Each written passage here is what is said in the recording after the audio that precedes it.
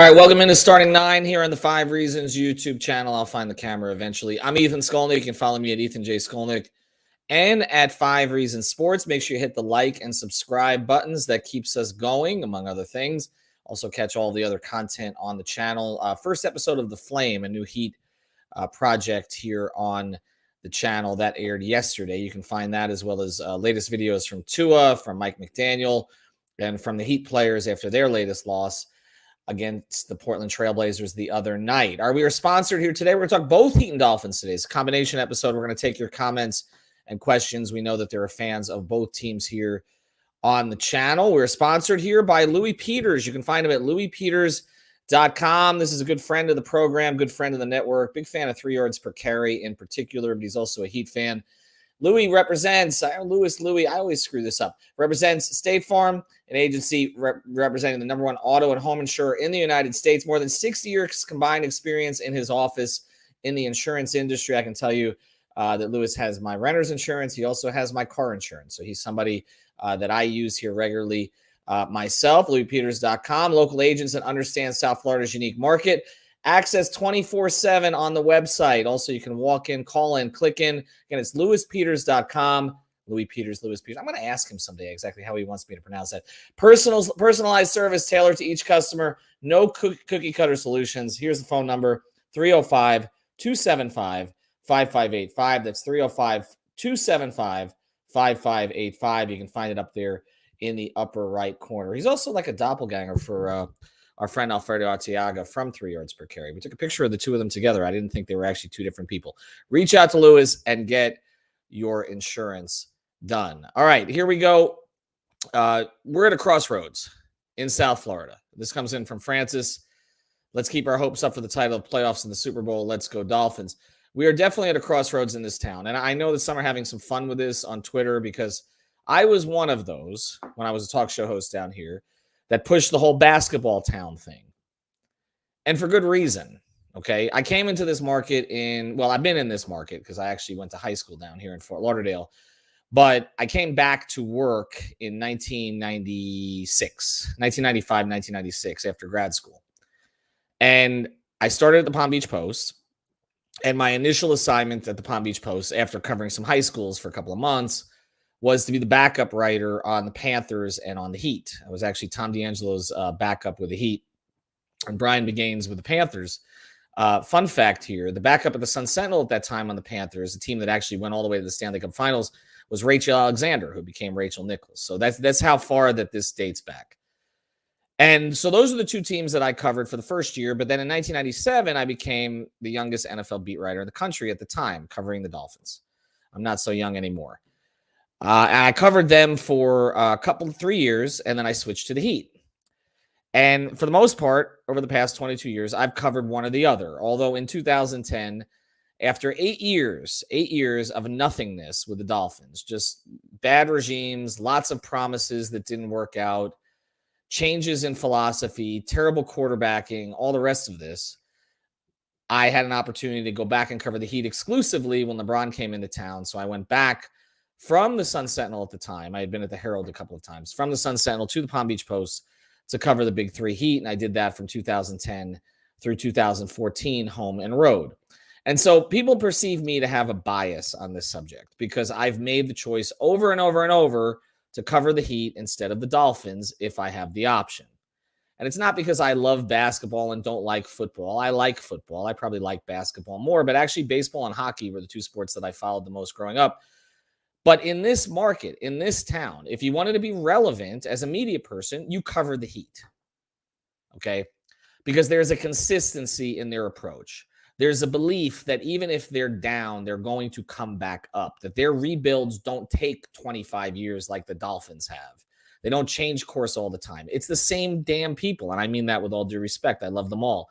That I knew when I broke in with the Heat in 1996. Eric Spoelstra was a video coordinator. He's 3 years older than me. I've known him all the way back since then. People like Eric Reed, Jose Pineda, Tony Fiorentino, okay, Ron Rothstein. These are all people that I've known for a quarter century at this point. Everybody stays the same there. I always call it Hotel California. Like, you can come, but you can never leave. Very few people have left, like the Stan Van Gundys, the Mark Ivaronis. There's a very, very small contingent. There's a reason when they're celebrating their 35th anniversary that so many of the faces are the same. And it's because they've won. It's because under Pat Riley, they do things the right way. They compete for championships. They give you hope, right? The Dolphins do not until this year. The Dolphins have hired a bunch of milquetoast coaches, people like Adam Gase, who believed he was never responsible for anything that went wrong, or Joe Philbin, who had no business being a leader of men, or Brian Flores, who began to believe his own Patriots hype. These are the type of people that they've brought in, and none of it has worked. Well, they finally got it right?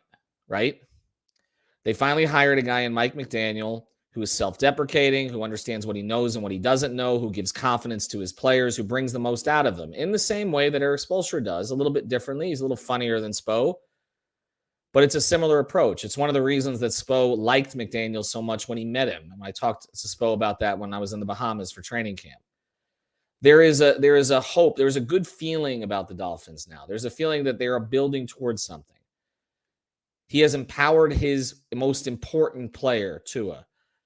The star that they brought in, Tyreek Hill, now goes down to me already as one of the top 5 acquisitions in South Florida sports history. That's an interesting topic for another day. But what he's done, on pace for 2,000 yards, but even more than that, giving Tua belief and confidence. This is my quarterback. This is the most accurate quarterback in the league. See, I was right. All the things that Tyreek has done, he's been absolutely tremendous. But there's other interesting, exciting players here. In any other circumstance, Jalen Waddle would be the most talked about Dolphin, right? This is a guy who's doing things that no receiver has done since Clayton and Duper here, except he's got a guy on his team, Tyreek Hill, who's doing even more of it. They're interesting. Christian Wilkins is interesting, okay? Some of the other guys that they brought in, they have personality. You're going to see it from Bradley Chubb soon. Dolphins teams for years, not only have they been boring on the field, they've had no personality, and they've suppressed the personalities they've had. They've had the Patriot way long before they had Patriots people in here. Mike McDaniel doesn't care. He doesn't care what the other team knows that he's going to do because he just thinks his team will execute it better. There's like a quiet kind of arrogance about it that I like, instead of the arrogance that the Dolphins teams had before, which was we just have to shut the media out and everything's going to be okay. And so I bring all of this up because I'm not saying that the Heat are in decline. They're not, okay? They still have a good roster. It's an unbalanced roster. I think that they've come to grips with that now. During the offseason, I talked to a lot of people in the organization. I reported a lot of that on 5 on the Floor for what their hopes were. I had some of my doubts, but for the most part, I trust people in the organization. So I didn't counter it all that much. It's pretty clear now after 11 games, and again, you try to wait till 20, but after 11 games, and practice, by the way, was canceled today for the Heat. I believe it's because of the storm coming. But that means no practice for 2 straight days. We'll see if the game is even played on Thursday. Charlotte's coming in here for 2. The arena is empty on Friday. I wouldn't be surprised if those games are played Friday and Saturday instead of Thursday and Saturday. But either way, it is clear through 11 games, and Greg Sylvander and I addressed this on the 5 on the Floor that we'll post here shortly. There's something off with this team. It feels stale. It just feels like the players expected a move that didn't come. They seem disconnected. There are pockets of the game that they look like the team from last year. There are pockets of the game that they don't. Those pockets keep costing them. And so I'm not going to say that the Heat are done or they're in decline or they can't rescue the season. They've gone from 11-30 to 500 before. This organization has with Eric Spoelstra as the coach. They've taken Eric Spoelstra took a team in 2015-16. There was only 2 games over 500 and at the All-Star break. And then Chris Bosh went out because he got sick again. And that team ended up getting within a game of the Eastern Conference Finals. I covered a team in 03-04. Spo was not the coach, but Stan Van Gundy was. Dwayne Wade's rookie year that started 0-7. That team took Indiana to 6 games in the second round. This season can be salvaged. There are trades that can be made in December and January. But I will say this, okay? Right now, the more fun team to watch and the more fun team to cover is the one in Miami Gardens. And I never thought I would actually say that. And I think the Heat are cognizant of that, okay? There is a quiet rivalry between the two organizations. It's more so that the Dolphins have been jealous of the Heat. The Heat really don't pay a whole lot of attention to the Dolphins because they just do what they do. There's been a lot of jealousy from the Dolphins towards the Heat. It emanated from their owner, for the most part, Steve Ross. We all know the stuff about LeBron leaving. Now this is not going to be a basketball town anymore. All the things that Ross has said or implied over the years. But I do think that the Heat notice when they're not considered to be the leader at the moment. And right now, the Dolphins are fun. I'm excited to go to the Dolphins game on Sunday. I'm kind of like, about the Heat on Saturday. They need a jolt. The Dolphins, on the other hand, just need to continue what they're doing. Chris Greer has done the right things. Even talking to those inside the Heat organization about the Dolphins, they've been like, look, when you got a chance, you got to go for it. Chris Greer has done that. He went after Tyreek Hill to give his quarterback a real chance. Gave up picks. Who cares about the picks? Okay, you're not going to guarantee you're going to get a player like Tyreek Hill with 100 picks. Bradley Chubb, that move. I know Dolphin fans were like, I didn't have a sack in the last game. He did have 5 pressures. He was doing what he was supposed to do. We'll see if the Dolphins can actually cash in on it over the next couple of weeks against quarterbacks where they know for the most part where they're going to be, which was not the case with Fields. So I do think that there's a tilt in this town right now. And I know that there are Dolphins fans who've been waiting for this for about 20 years because the fan bases are not exactly the same. There's crossover for sure. The Dolphins fan base tends to be a little older, a little more conservative, a little less diverse than the Heat fan base. If you're a Dolphin fan, you haven't really seen anything good for a dollar. So you haven't seen anything good for a long time. This comes in from our guy, Alex Baumgartner. The Panthers are still scheduled to play tonight. Maybe I'll actually check that out. Check out Alex's work on our site because the Panthers gone a little bit under the radar right now, but it looks like their acquisition has worked out well. But let's get to some of the comments. We're going to do this. I'll take a couple, but I'm going to go after the break. But my major thought on this is this. All right.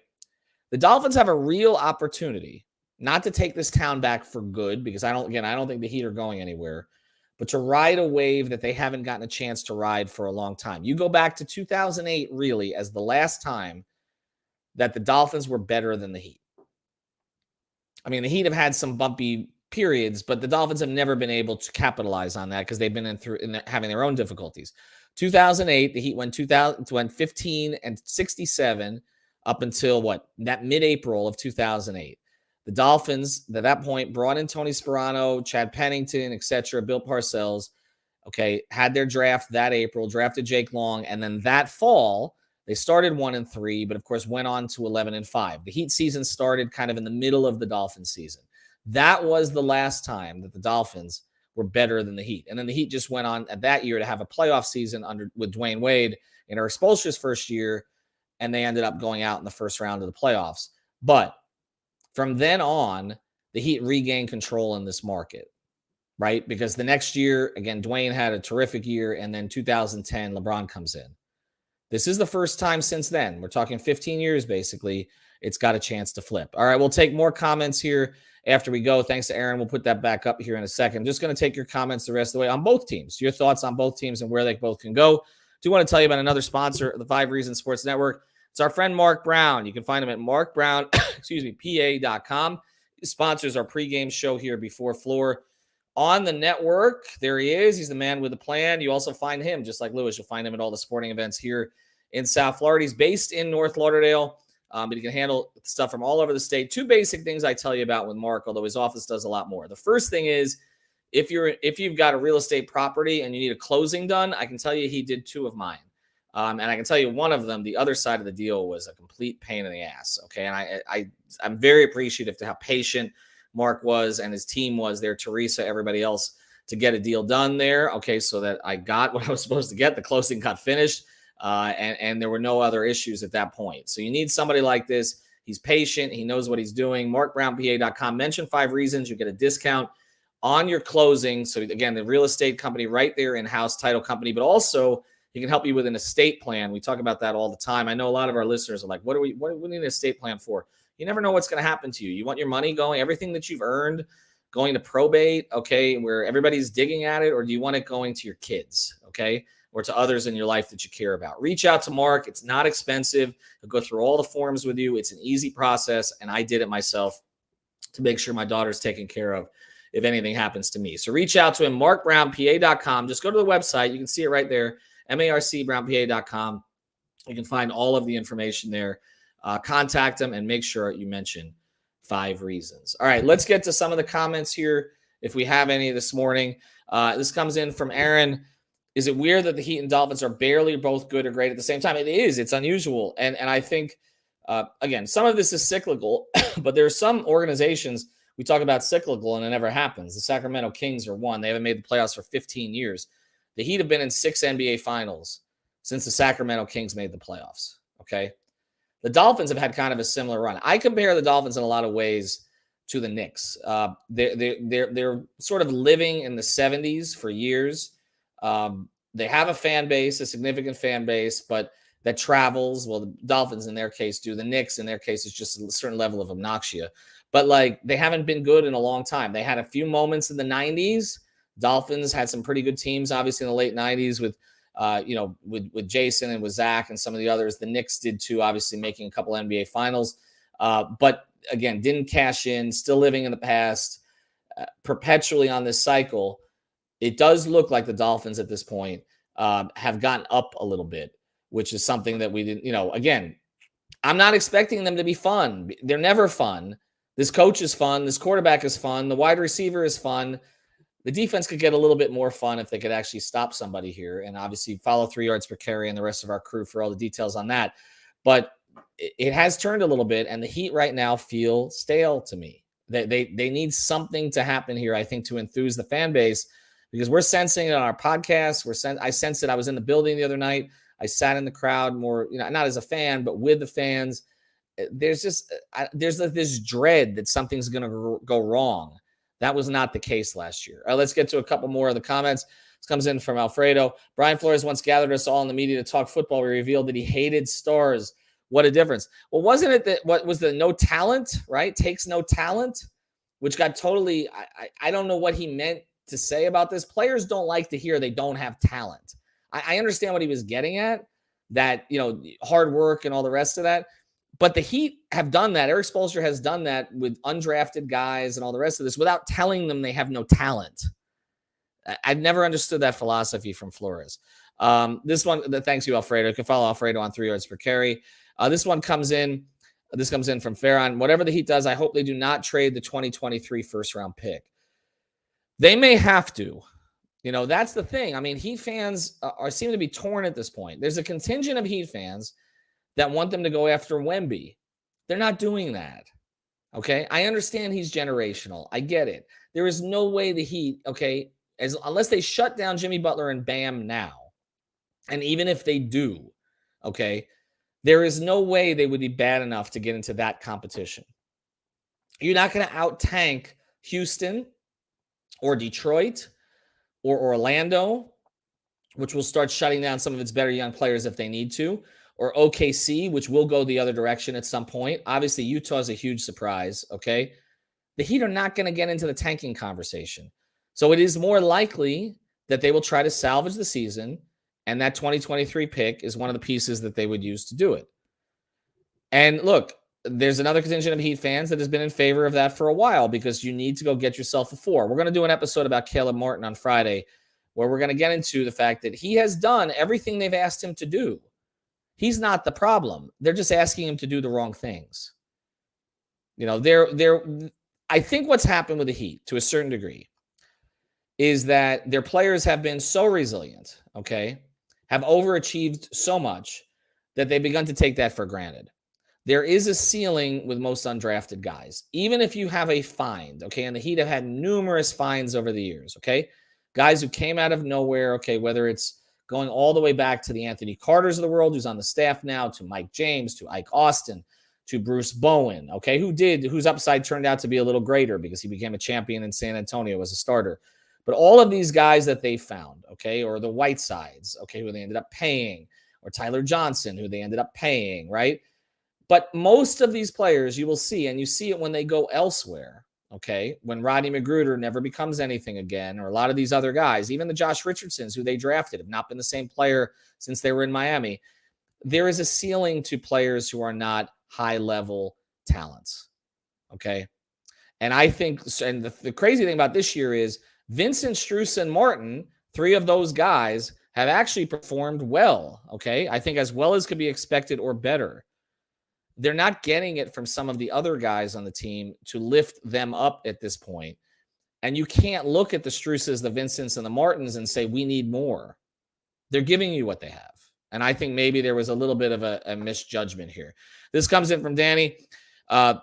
Jared Vanderbilt is my favorite power forward target. I do think that Utah is going to start to get rid of some players soon. They're winning too much. Now they've got a ton of draft picks over the next 6 years. So they could punt on this, kind of getting up as high as they can in the draft with to get Wemby. They could decide to just continue to be competitive this season. I think pretty soon they're going to start to go the other way. So I do think Vanderbilt is a target. I like him a lot. The problem with him is he doesn't help the spacing.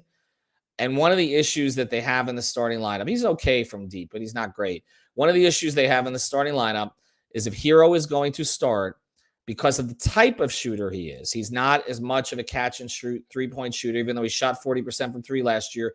He doesn't create the triggers that, say, Robinson does or Strus does. I'm concerned about the spacing in the starting lineup if they don't get a four who can space a little bit. The spacing was much better the other night with Strus in there for Hero. It's a difficult conversation because Tyler was promised a starting job. Tyler is an NBA starter. He doesn't seem to fit as well as an NBA starter with this particular team as, say, Max does. If you're going to add a four, Vanderbilt's going to have to make his open threes. I understand the need for rebounding, but they've got to have some spacing here too. All right, maybe we'll take another couple more comments unless we don't have any this morning. We'll do it. We got another from Aaron. Is Tua now the man in Miami now, or is that Tyreek? I actually polled this morning. And I just checked it. It's 50-50. I said, who should be higher on the MVP ladder for the Dolphins, Tua or Tyreek? It's 50-50, almost 1,000 votes. Here's the thing about that. I think Tua has proven to be the most valuable, obviously, because of what's happened when he's been out. But Tyreek Hill, to me right now, is Offensive Player of the Year. I know it sounds weird to split those two votes, but I think that's the way that I would look at it right now.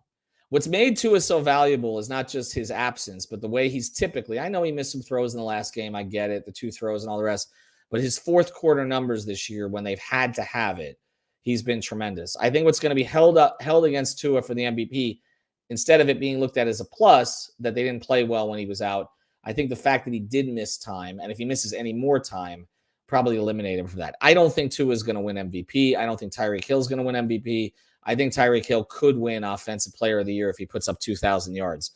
But obviously, others, if Lamar kind of gets it together, has big numbers the second half of the season.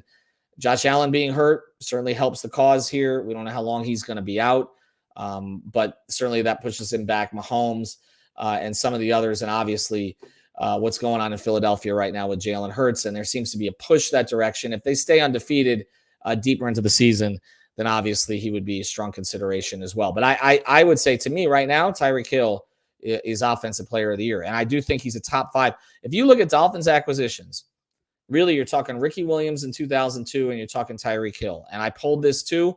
80% of our followers said that Tyreek Hill was a more significant addition. The only thing I will say about that is, since it was 20 years ago, I'm guessing that at least 50% of that 80% didn't really watch Ricky, because he did transform the Dolphins. It just didn't pay off in playoff appearances. All right, I want to thank everybody for today. We just kind of set the table here. Thanks to our producer, Manny Chang. Do want to mention Prize Picks. A lot of people have been signing up lately. Use that code 5. Get your initial deposit matched up to $100. Again, that's the code 5. We'll be doing more Starting 9 episodes. I'm going to do a straight heat episode, most likely either Friday or Monday, where I'm just going to take questions for 30 minutes. We'll try to answer all your questions about transactions, any direction that they can go. Again, I would not be stunned if that game on Thursday, just because of the weather possibilities here, is pushed back to Friday. But we'll have all of your coverage on 5 on the Floor and on the channel here. Also catch the Dono Drop during the week, and catch on Mondays, every Monday, the Extra Yard with Alex and Troy. Have a good day, everybody.